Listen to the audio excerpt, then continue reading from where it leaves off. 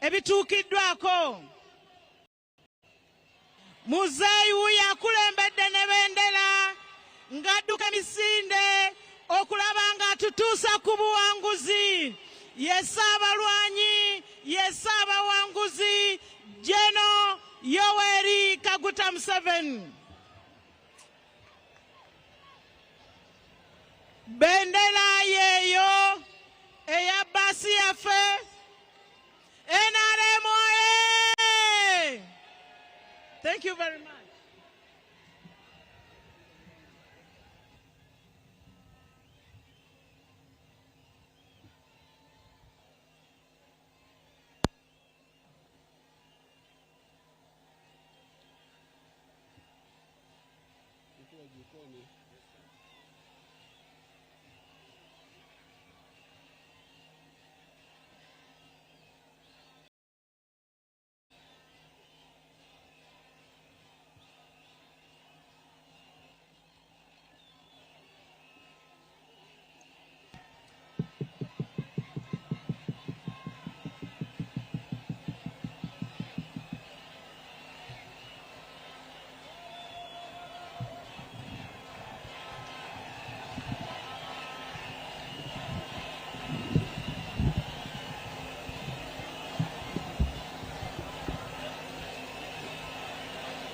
The first, kale muebale.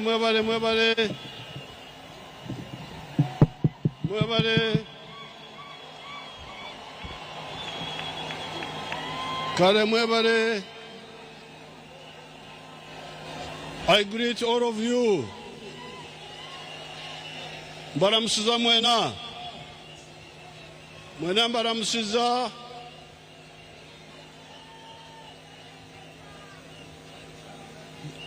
The Right Honorable Vice Chairman of the NRM, Haji Moses Chigongo, the second Vice Chairperson, Anita Mong, all the other Vice Chairpersons, the Secretary General, the Deputy Speaker,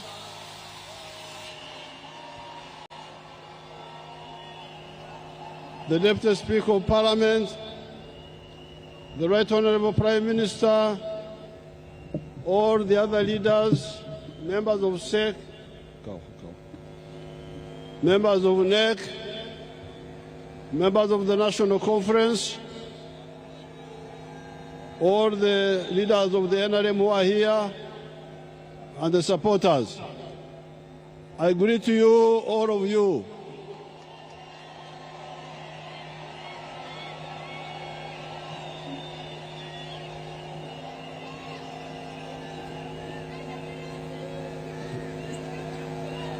Habari za kazi.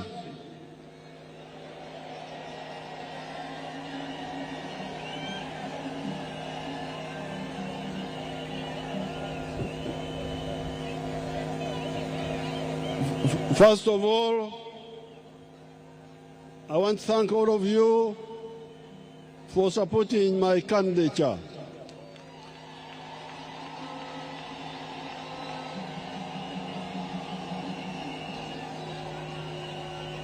And supporting the NRM.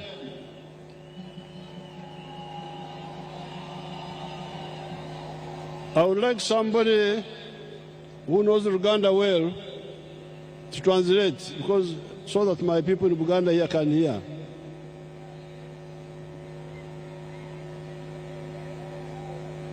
Namayanja knows Uganda well.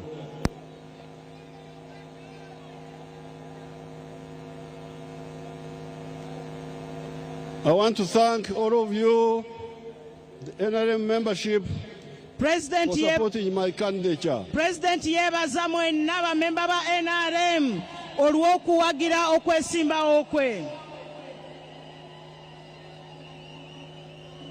And I want to thank my nominators. Era yebaza abo abamusembye.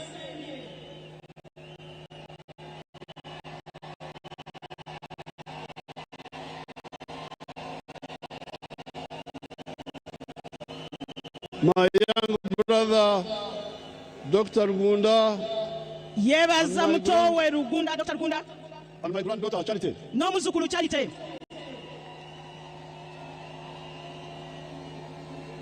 And I thank all those who signed the forms for my nomination. Yebaza n'abo bonna abateekako emikono ku nkalala ezimusemba okwesimbawo.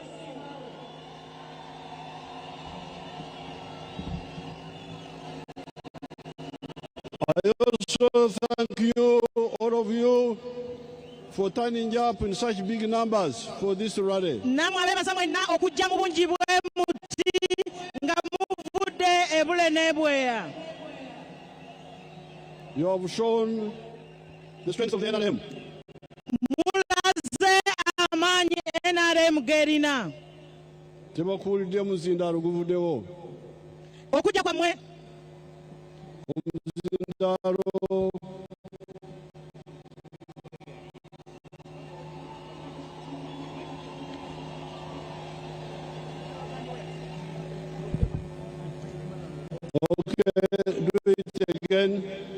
okujja kwammwe mu bungi bwe muti okuva ebulwe n'ebweya kiraze amaanyi aga NRM.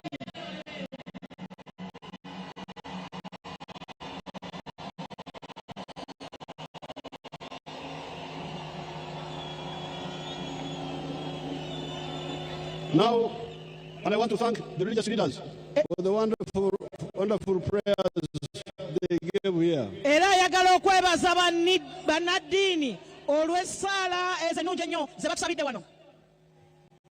Now, as we move forward, kati nga tugenda maaso, I want you to understand the following. Ayagala mutegeere ensonga zino wammanga. First of all, the meaning of production and distribution. Ekisookera ddala okutegeera okukola emirimu gye tukola ate n'okulaba nti tubituusa we birina okugenda.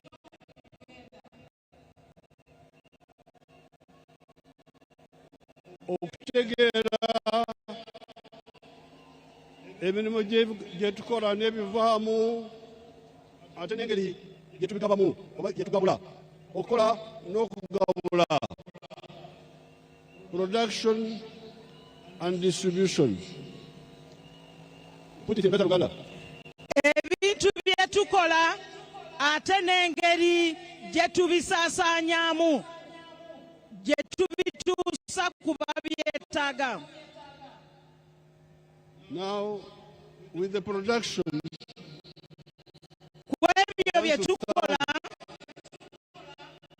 I want to thank all the wealth creators in the sector of money. Ayagala okwebaza abo bonna abatonda obugagga baleeta obugagga mu byensimbi. If you go to agriculture, I like always to give you some examples. Let us see Joseph Ijala of Serere. Bw'ogenda ku by'obulimu ayagala okutuwa betulabirako nga Ijala okuva e Serere.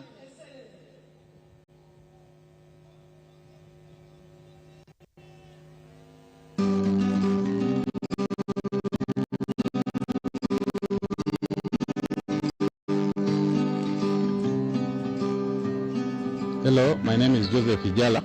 I'm the proprietor of Paper Farm, which is located in Serere in a place called Kakusi, where we are. And in Taifa we have dairy, poultry, and we're also making laundry bar soap. But we also have the value addition aspect of the farm, where we produce yogurt and pack it, tin it for the market. This project started 11 years ago after an inspiration from His Excellency, the President of Uganda, when he had come here and he was teaching people about the Four Acre model. We were having a rally in Soroti, and that time I was working as a taxi driver. I was doing that at Master business in Soweto. So when I heard this, when I heard he was around, I crossed to go and listen to his story, and he was talking about a model, how to improve household income. So when I came back, I was biased because I laid there and the came close. And the guy said, you go and eat those words that you had. But I had already this land, 2.5 acres, but I also had local chicken here. But after hearing that, I got inspired to put more effort on raising this chicken. So I raised the chicken to the tune of about 100 of them. Then I got a small. We don't have time to hear the whole story of Ijala, but some of you have seen it before. Tetulina budde bumalayo kyakulabirako kya mwami Ijala naye kirungi nti bangi mubadde mubiraba. That is an example of wealth creation in agriculture. Ekyo kyakulabirako okuteekawo obugagga mu byobulimi. Obugagga obukola sente. The commercial agriculture. Obugagga obukola sente.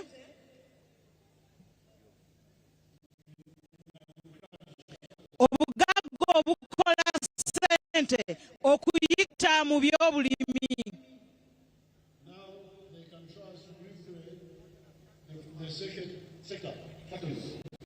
Kati kabatulageko era katono ku byamakolero.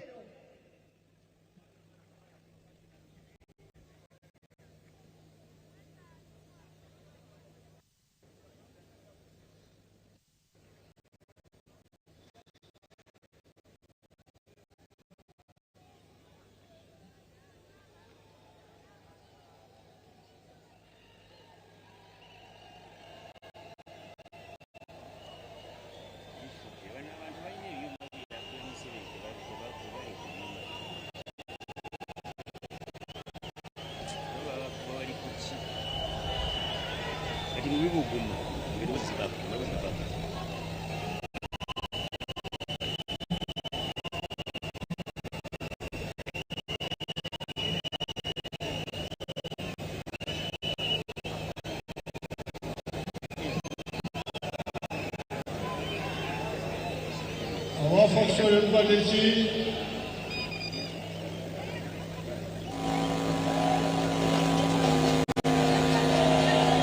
when they get the factories, they will show them to us.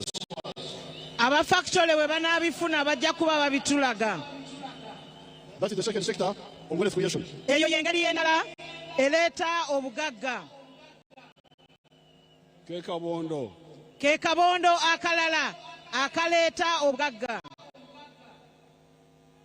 The third sector is services, like boda, hotels, and so on. Akabondo akalala bwe buweereza okugeza nga boda, amahoteli n'ebirala. And the fourth sector is ICT. Eyokuna ye ya teknologiya. So those are the ones engaged in production in the modern sense. Ebyo mu mulembe guno oguliko bye twenyigiramu okuleeta obugagga obuva mu sente. Obw'omulembe. Now, 12 years ago, only 32% of the homesteads were engaged in that wealth creation. Emyaka 12 emabega abantu ebitundu 32 ku 100 beboka abali benyigira mu bireeta obugagga ebyo. 68% were outside, not engaged in production of wealth creation form of money. Ebitundu 68 ku 100 bali bo tebalina kye benyigiramu kwebyo ebireeta sente. I'm glad that with the efforts we have done, that figure has now gone down. President musanyufu nti ku maanyi agateekeddwamu namba yabo abaali batalina kye beenyigiramu ekendeeredde ddala. By the last census, only 33% were outside the money economy. Era okubala abantu okwakaggwa ebitundu 33 ku 100 beeboka abatalina kye beenyigiddemu. Now, that's how production is now. Awo tuyimiridde ku kubanga tulina bye twenyigiramu bye tukola ebireeta ssente.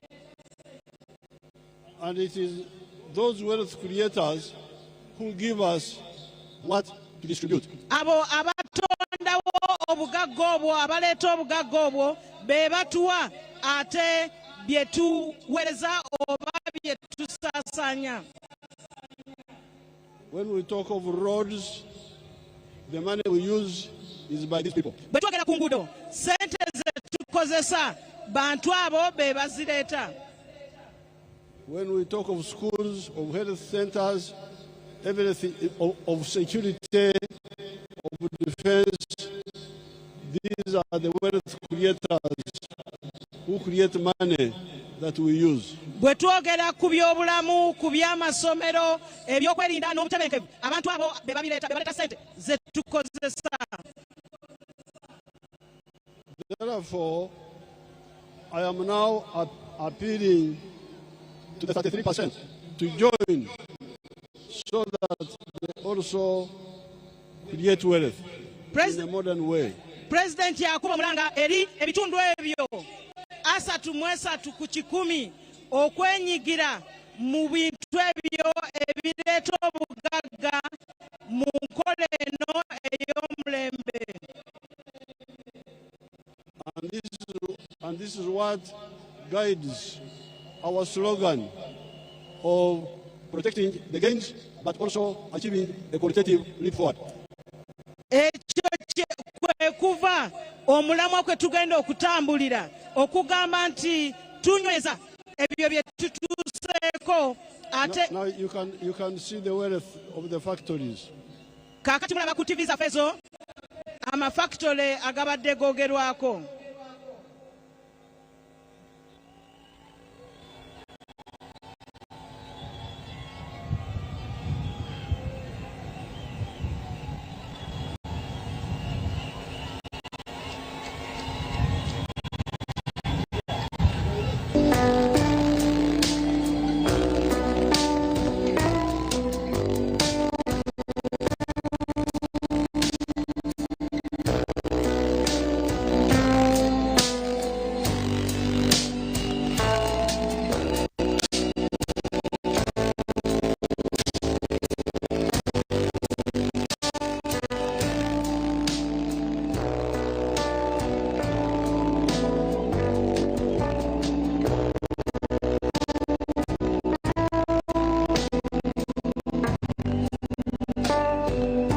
Can also show us the overhead image of the factory themselves. When you get it, put it. So the money we are using to do whatever we are doing is by those wealth creators. You can see all those factories. N'olwekyo essente zonna ze tukozesa okuteeka obuweereza mu bantu ziva mu abo abakola emirimu egyo nga factory ezo ze mulaba. So therefore, don't listen to liars who just talk. N'olwekyo temuwuliriza abalimba abali mu kwogera obwogezi. What we tell you is the reality. Ekyo kye tubagamba kye kituufu era ge mazima. You start with production. Otandika na kubaako kyokola. You get money. N'ofuna ssente. Then you distribute. Then n'olyoka okola n'owa n'abalala. So that's why we are saying we celebrate what we have achieved, but we are going to make a leap forward, qualitative leap forward, to cover what we have not yet covered and go to new levels. Yensonga lwaki tugamba nti tugenda kunyweza ebyo bye tutuuseeko ate tusinziire okulaba nti tweyongera mu maaso okukulaakulanya eggwanga lyaffe Uganda ebeere mu nsi ezaakulaakulana. And therefore,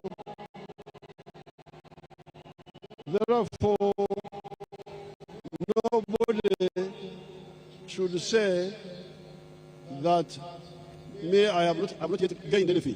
If you have not, you will if you listen. Nolwekyo tebaayo omuntu agamba nti nze sirina kyenfunyemu kubanga bw'onoowuliriza era naawe ojja kubaako ky'ofuna.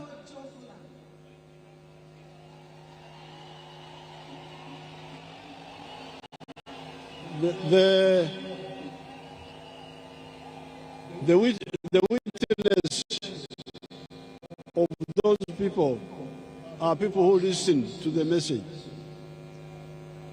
Obunafu bwabo obujulizi obwabo abawuliriza obubaka. They are the ones you are listening to here on like Ijara. Abo abawuliriza obubaka mu kwabo be mulabye era be muwulidde nga mwami Ijara. Now, therefore, where we are going is exactly to make sure everybody joins the money economy as an owner or a worker, and then we go to new level. N'olwekyo gye tulaga kati kulaba nti buli omu yeenyigira mu kireeta ssente nga nannyini oba ng'omukozi. And also go to a new level. Ate n'okugenda ku ddala eddala. Now, you know the agriculture, you know what it is, you know what factories are, you know hotels, but what you did not have here was our ability to make our own automobiles. Let them show you the automobiles we are making here. Ebyobulimi mubimanyi, ebyamakolero ne factory zonna naye waliwo kye tubadde tutamanyi ng'ekyokukola emmotoka oba ebidduka nga bwe mugenda obiraba wano. Ebyaffe nga ffe tubyekolera tebivudde bweru wa ggwanga.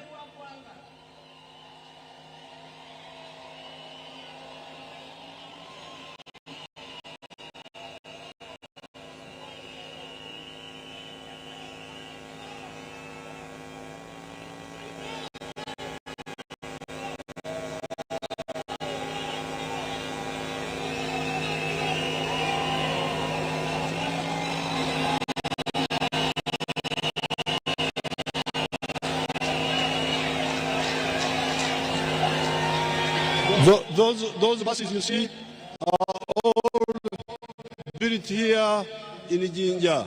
Ebbaasi ezo zonna ze mulabwa zikolebwa wano e Jinja mu Uganda. And they are called Kira Motors. Era tuziyita Kira Motors. Let's show them again. Ddamu obalage.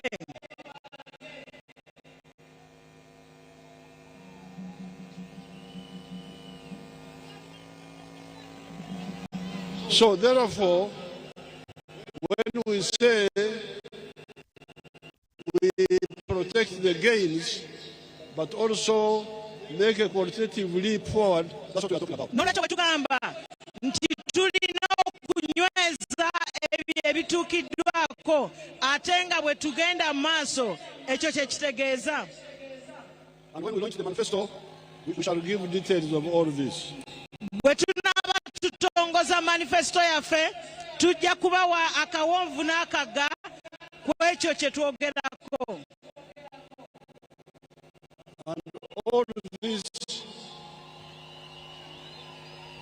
And all this is around principle number 3 of the NRM of achieving socio-economic transformation. Bino byonna biva mu nnyingo eyokusatu eya NRM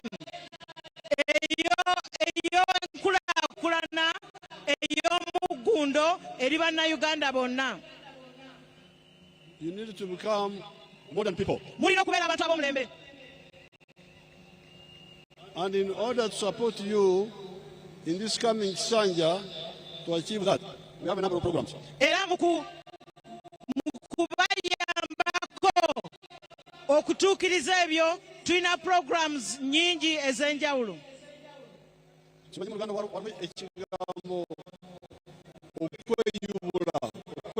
To transform yourself. Okweyubula gye kiri ssebo. Yes, like omusota gwejjako eddiba ekadde teekawo eddiba the news. No, okudda obujja. Ng'omusota gwejjako eddiba ekadde.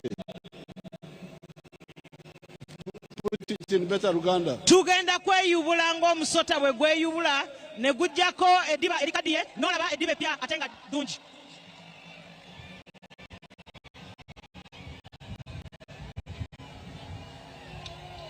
Now, in order to assist everybody to change, like a snake, remove the old skin and grows a new one. N'olwekyo okuyamba buli omu okweyubula.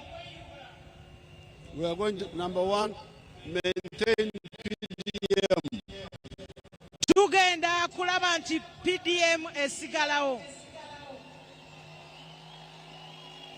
But also add another 15 million shillings per parish per year now for the leaders in the area. Era tugenda kugattako obukadde 15 ku buli muluka mu buli mwaka nga ekyo ky'abakulembeze. Because now the leaders were not allowed to compete for the Kasumoro Fund of the Wananchi. Kubanga abakulembeze babadde tebakkirizibwa ate kulwanagana ku ziri miliyoni 10 ez'abantu aba bulijjo. So we are now going to add another 15 million. This is for the leaders now. N'olwekyo tugenda gattako obukadde 15 nga buno bw'abakulembeze. In that parish. Mu muluka ogwo. And we are going to discuss who the leaders are. We shall go into the details. Era tugenda kunnyonnyola okulaga mukulembeze ki gwe twogerako. Then emyoga will continue.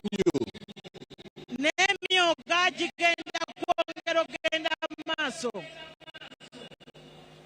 Now, for the rich people like Yoweri Museveni, those will go to UDB. Era abagagga nga Saabalwanyi General Museveni abo bajja genda mu UDB mu banka eya Uganda Development Bank.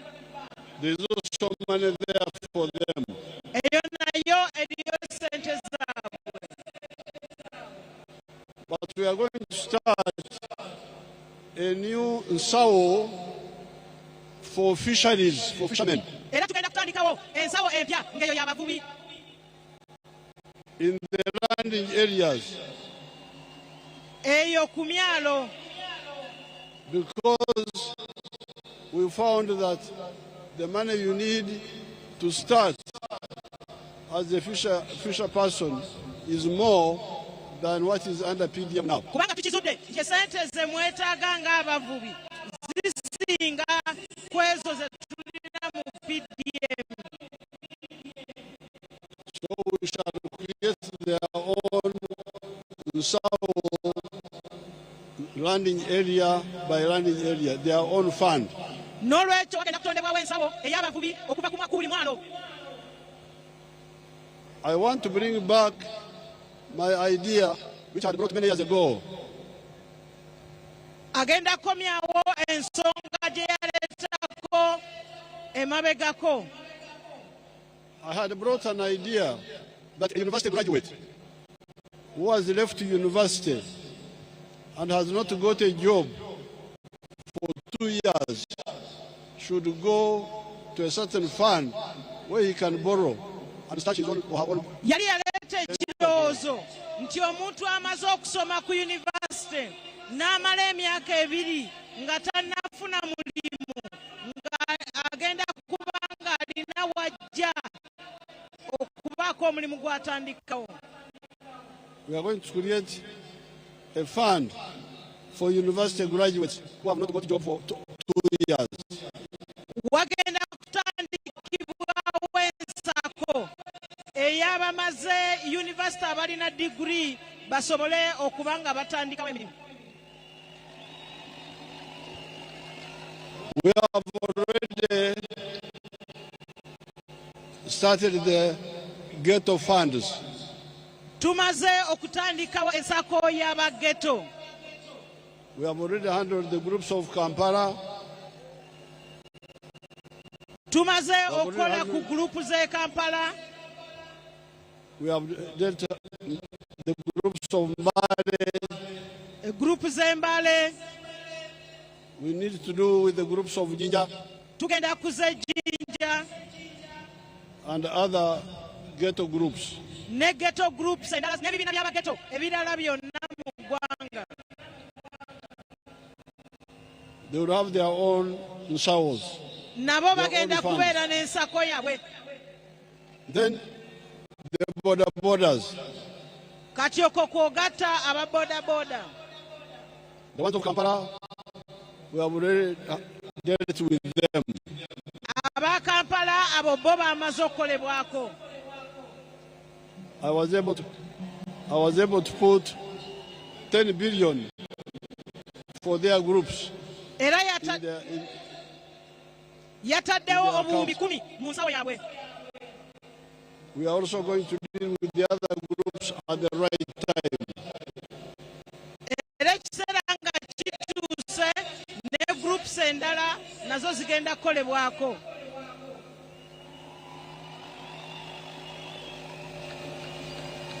We have also activated the fund of the skilling hubs. Era tuzukusizza ensako eyabo gye batendekera emirimu gy'emikono. In the 171 districts and municipalities, we have started the fund of the graduates of the skilling hubs. Era mu districts wamu ne municipality 171 already ekyo kitandikiddwa. Now finally, ekisembayo I've been discussing with the religious leaders and cultural leaders. They also need their own funds. Abadde akubaganya ebirowoozo ne bannaddiini wamu n'abakulembeze ab'ennono nga nabo beetaaga ensako zaabwe. I'm talking about the leaders. Ayogera ku bakulembeze ab'ennono n'abakulembeze mu ddiini. We are going to create funds for the respective groups. Era bagenda kubaawo ensawo zaabwe eza gurupu ezo zonna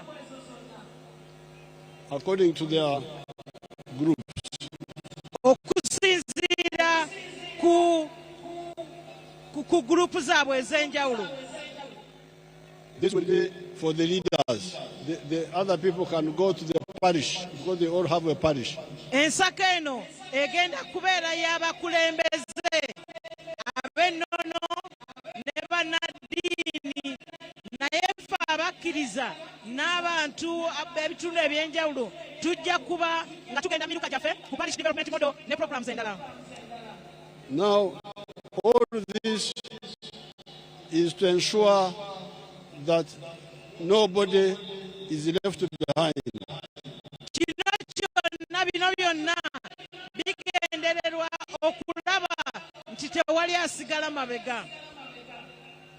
Therefore, where we are going, apart from the wealth creation, which is very crucial, for the distribution, we are going to emphasize the following issues involving the masses. N'olwekyo gye tugenda maaso ku bintu bino byonna ebireeta ennyingiza ebireeta obugagga nga tubimaze tugenda kunsaasaanya naye nga bye tugenda bikola mu nkola zino wammanga ezikwata ku bantu aba wansi. Put it in better Uganda. kyekyo muzeeyi ebikwata ku bantu abatandikirwako. Number one, PDM and funds for the leaders. Ekisookera ddala ye PDM n'ensako ey'abakulembeze.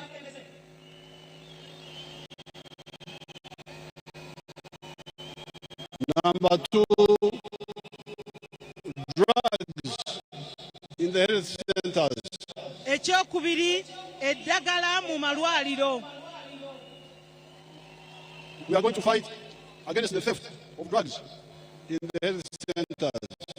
Tugenda kulwanyisa ne ssekulwanyisa obubbi bw'eddagala mu malwaliro. It is not true that the government cannot provide efficient health care. Si kituufu nti gavumenti tesobola kuteekawo bya bulamu ebyetaagisa ebimatiza. Example, immunization. Ekyokulabirako okugema.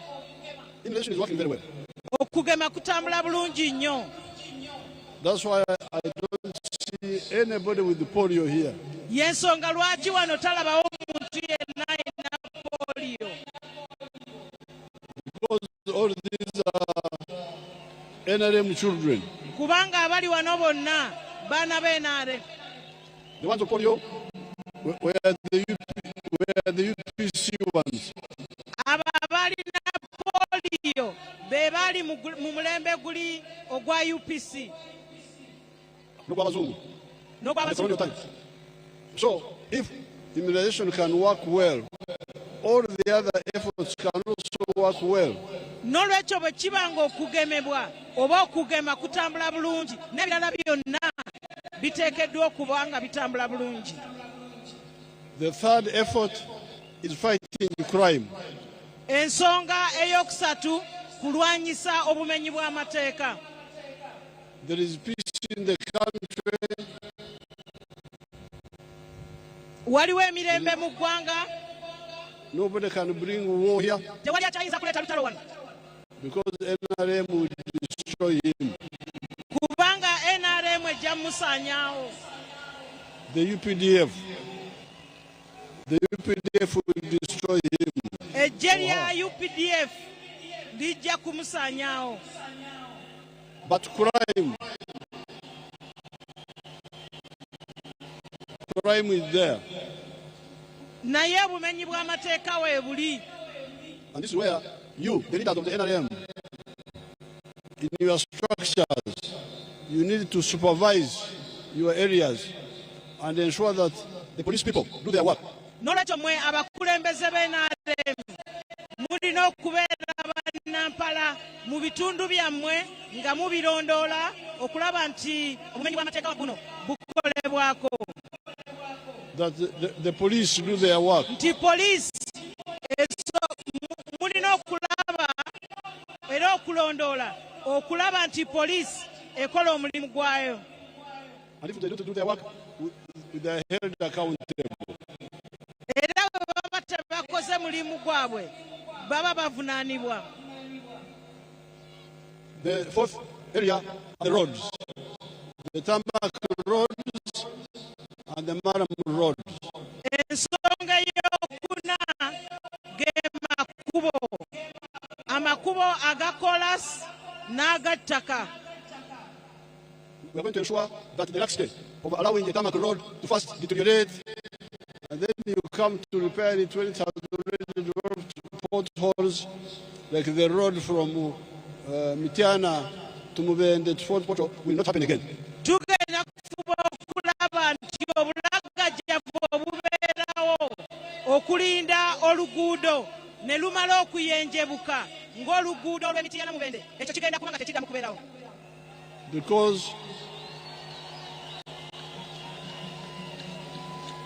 Because there are people who are in charge of that road. Kubanga waliwo abantu abavunaanyizibwa ku nguudo ezo.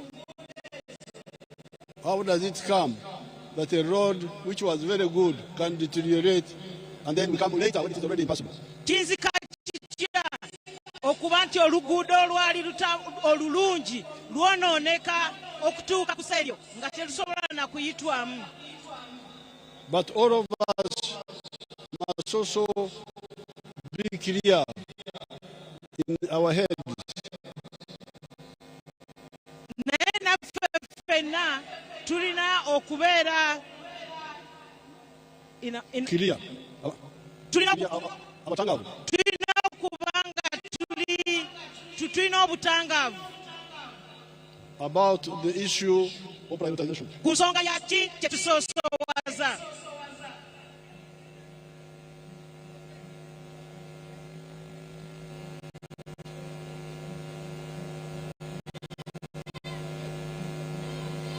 The issue of prioritization. Ensonga y'okusoosoowaza. Because, for instance, people put pressure and money is diverted to creating new districts, new cities, and so on. Lwa nsonga nti abantu bateekawo embeera ne tujja ssente ku bintu ebirala ne tuziteeka mu district ezitondebwawo.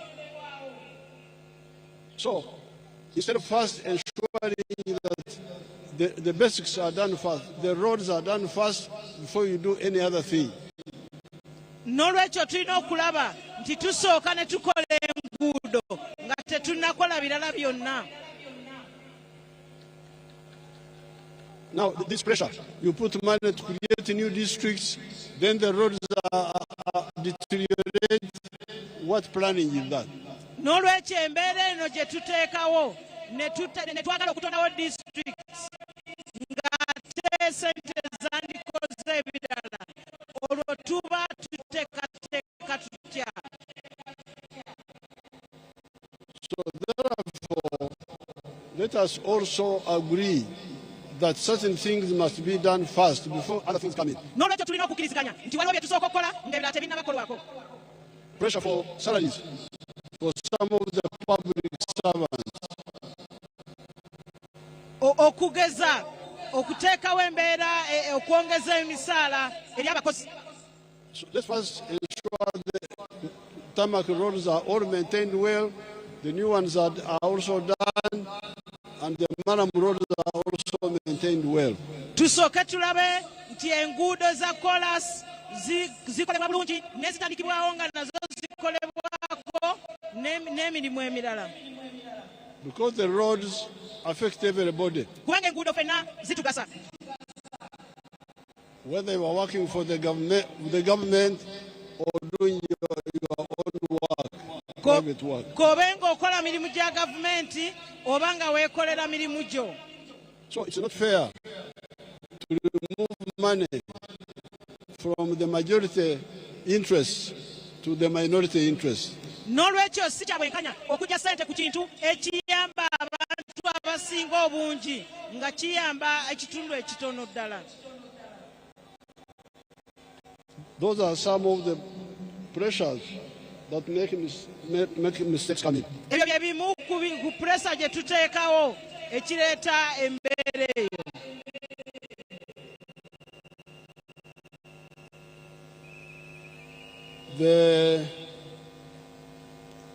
The other issue is the issue of the water.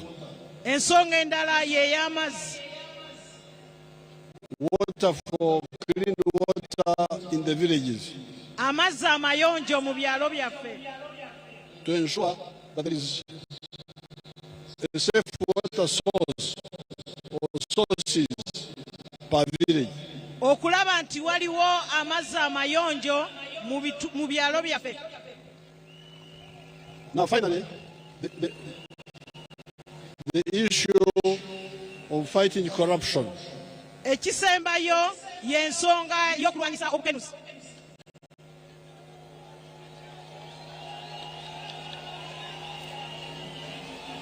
Fighting corruption should be partly done by you, the people. Ensonga y'okulwanyisa obukenuzi mwe mulina okusooka okutandikirako. Ekitundu ekimu kinakolebwa mmwe. Because you are near the scene of crime. Kubanga muli kumpi n'awakolerwa obumenyi bw'amateeka obwo. The money is sent to the parish. Sente zino ziweerezebwa mu miruka. Like the one man of PDM. Okugeza ngeza PDM. And it is announced. Ate nga zirangiddwa. So you should ask, where is this money? N'olwekyo mulina okubuuza nti sente zino ziri wa? Yes, you can wait for the president to come and intervene. But also, because you are the one who is near, why don't you help in tracing this money? Kubanga tusobola okulinda president okubaako kyakolawo, naye gwe ali okumpi gw'olina okusookerwako okutandikirawo okubuuza sente zino we ziri. Now, the other issue we are going to work on is irrigation. Ekirala kye tugenda okukolako kwe kufukirira ennimiro. Because you can see that the weather sometimes is a bit unreliable. Nga bwe mulaba embeera y'obudde oluusi tetugyesiga nnyo. I was in Bunyoro recently. They have got more rain there than here now. Okugeza president yabadde e Bunyoro naye ng'enkuba teriiyo nga bw'eri eno. There is more rain there in Bunyoro. Balina enkuba nnyingi e Bunyoro okusinga eri wano. So it is a bit risky to go on without irrigation. N'olwekyo kiba kizibu nnyo okusinziira ku mbeera y'obudde nga tetufukiridde ennimiro zaffe. Before I conclude the issues of the masses in this Kisanja, I want to ask Mama to talk a bit about the question which was raised this morning about the school fees and salaries and so on. Nga tannaba kumaliriza ku nsonga ezitukwatako ffenna, kayite maama waffe ajja ayogere ku nsonga endala eya school fees.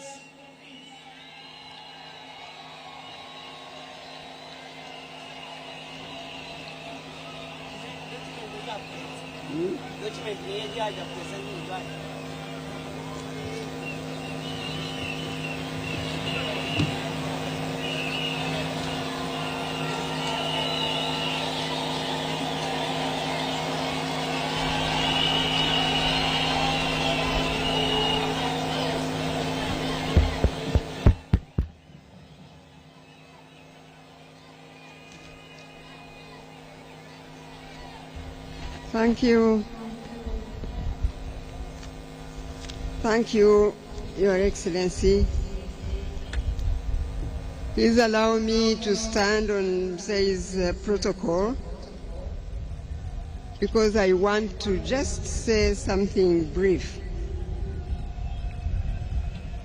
I'd like to answer the question which was asked at the Electoral Commission's press briefing of the President on education.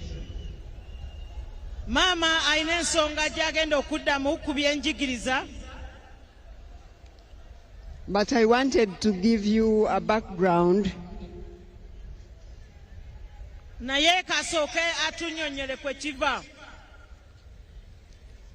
I want you to understand, because the journalist there said that some of the children still study under the trees. Kubanga waliwo munnamawulire abuuzizza ekibuuzo eri mu kwewandiisa nti wakyaliwo abaana abasomera wansi w'emiti. And I wanted to take you back and remind you about the population of Uganda in 1986. Mama ayagala atuzzeeko emabega atujjukize bu Uganda mu 86 twali abantu bameka. In 1986, the population of Uganda was only 14 million people. Mu 1986 mu Uganda twali abantu obukadde 14 bwokka. And now, 2024, we had the population census, and it was 46 million people in Uganda. Kati mu 2024 bwe twamala okubala abantu okwa bonna twakisanga nga tuli abantu obukadde 46. That therefore means that the children also are more than the children we had in 1986. Ekyo kiba kitegeeza nti n'abaana be tulina kati bangi okusinga abo abaaliwo mu 1996. The number of districts in 1986 were 33 districts. Mu 86 twalina districts 33. The districts now are 135 in 2025. Kati tulina districts 135. Tulina districts 135. Okay, so the primary schools that we had in 1986 were 5,320. Mu 86 twalina amasomero ga primary 5,320. In 2025, we have 12,000 schools, 549. Mu mwaka guno tulina amasomero ga primary 1,245. At the time when we started UPE, we had only 6,880 primary schools. We twatandikira bonna basome twalina amasomero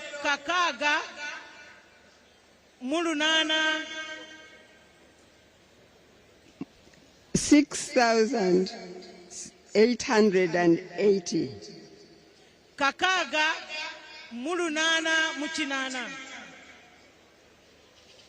And now, let's see, we have